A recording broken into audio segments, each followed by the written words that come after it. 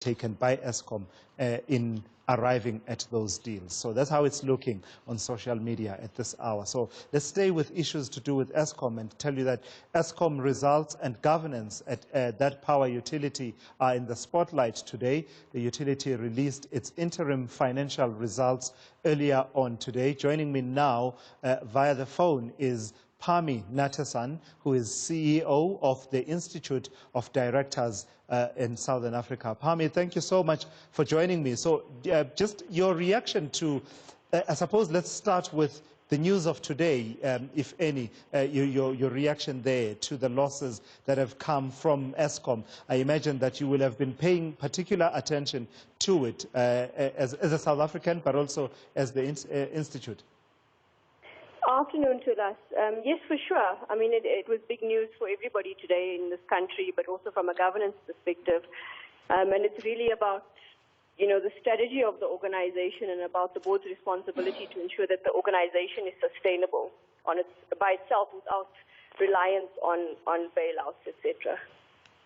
But the reason we're having this conversation with you, and this is why sort of the reaction to today was sort of me sidetracking you a bit, but we are talking because I think it was yesterday that the announcement came that Jabu Mabuza, in addition to being chairperson of Eskom, would now take on the role of interim Eskom CEO. What's your take on that? Is that a desirable situation in as far as governance is concerned?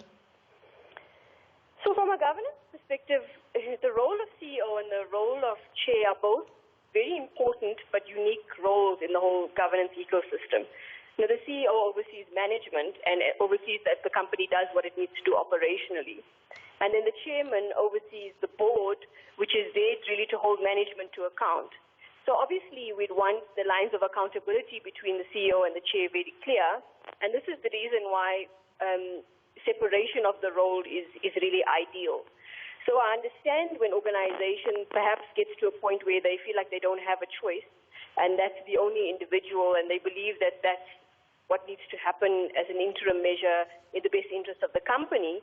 But I think even then there need to be some safeguards put in place from a governance perspective.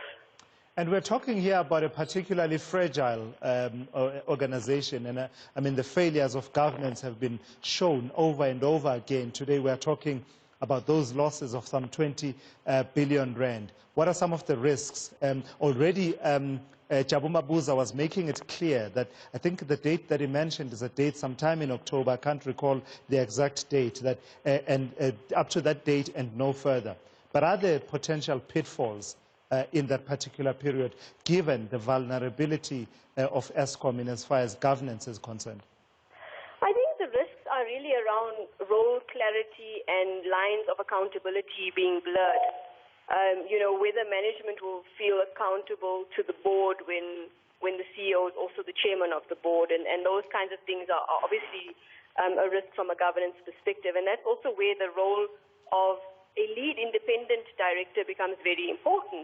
So King 4 advises that a lead independent director be appointed to any board where they can step in where the chair is conflicted and take a lead role, or they can be a sounding board to the chair. They can raise issues that the non-executives feel need to be raised.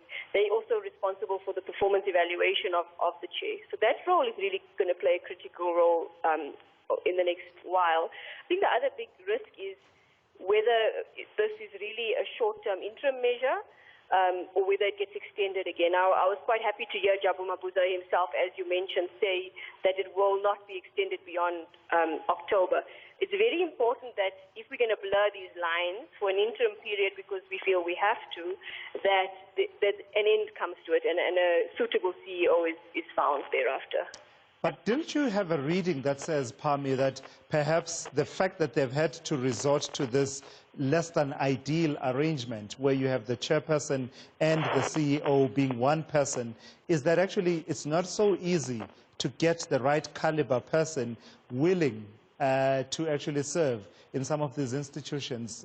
We saw some of what Vuyani Jahana raised, for example, in his resignation letter from SAA about the complexities of operating in some of these state-owned enterprises and the many principles and the many lines of reporting. Does that not talk to a difficulty of attracting the talent that's needed?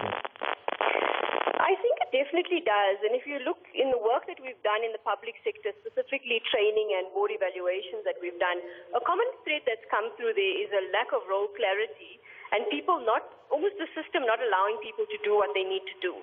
And I think that makes it difficult for people to want to take on the role. I think, not only the board, but also the shareholders, government itself needs to reflect a little bit on the environment that's been created in our SOEs and whether it's conducive, whether it's an enabling environment for someone to come in and do what they need to do without outside pressure from other parties trying to influence the way things are done. All right, thank you so much for talking to me. That is Pami Natasan from the Institute of Directors in Southern Africa, having a conversation with me there about the situation at Eskom and some of the leadership changes that they have announced in as far as the role of CEO and chairperson are concerned. Let's move on.